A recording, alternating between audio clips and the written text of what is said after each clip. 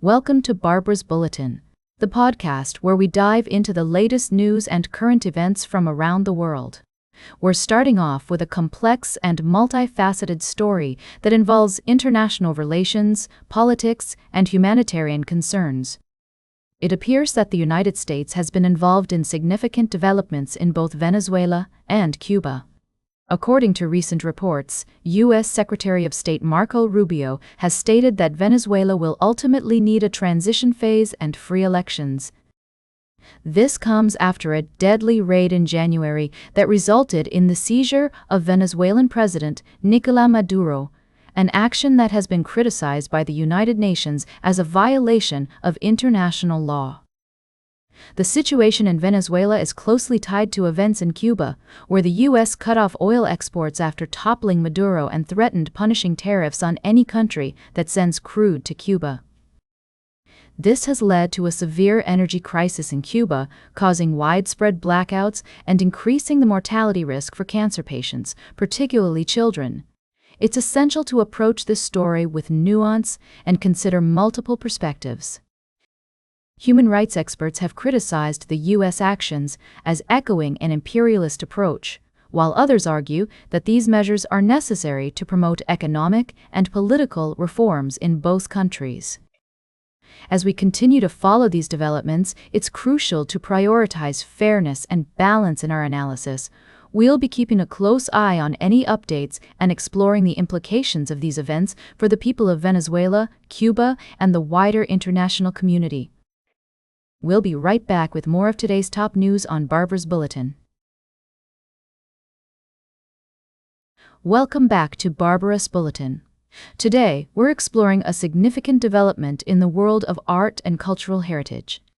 Germany has created a new council to oversee the return of looted artifacts from its public collections, marking a major step towards rectifying the injustices of the past.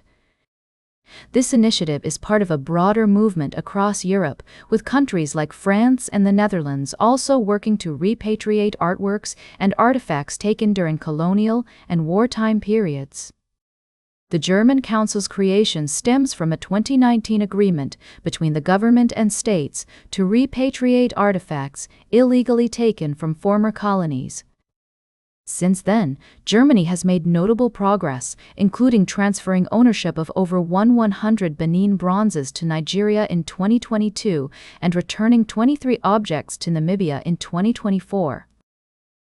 However, many pending restitutions remain, such as the return of a figurine known as Nongonko to Cameroon. In related news, the Pinakothek in Munich has returned a painting by Lesser Uri, a German Jewish impressionist, to its rightful Jewish heirs. The painting, Interior with Children, the Siblings, was auctioned under duress during the Nazi regime and had been part of the museum's collection since 1972. This restitution is a significant example of the ongoing efforts to address the legacy of Nazi-looted art and provide justice to the families of those who suffered persecution. As we see these developments unfold, it's essential to recognize the complexities and challenges involved in repatriating cultural artifacts. The creation of this new council and the return of looted artworks demonstrate a commitment to accountability and reconciliation. However, much work remains to be done, and it will require continued cooperation and dedication from governments, museums, and communities around the world. Welcome back to Barbara's Bulletin. As we wrap up today's show, I want to bring you a developing story that's been making headlines around the world. The conflict between the U.S., Israel, and Iran continues to escalate, with reports of increased violence and diplomatic tensions. According to recent updates, the war has resulted in over 3,000 casualties, and governments outside the region are growing increasingly concerned about the economic shocks and humanitarian crisis unfolding. The Pope has weighed in, calling for an end to the violence and urging world leaders to find a path towards peace. Meanwhile, European countries like Spain, France, and Italy are taking a more proactive approach to addressing the conflict. Spain's defense minister, Margarita Robles, stated that her country won't be lectured on its commitment to peace, while Italy reportedly denied permission for U.S. military planes carrying weapons to land in Sicily. It's essential to note that the situation is complex, with multiple perspectives and interests at play.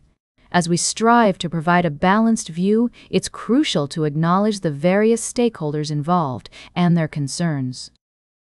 The U.S., Israel, and Iran all have their own narratives and motivations, and it's up to each of us to stay informed and critically evaluate the information presented.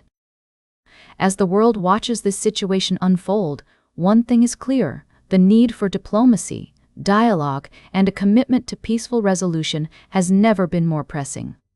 We'll continue to monitor developments and bring you updates as more information becomes available. That's all for today's Barbara's Bulletin. Remember to like, share, and subscribe, and until next time, stay engaged.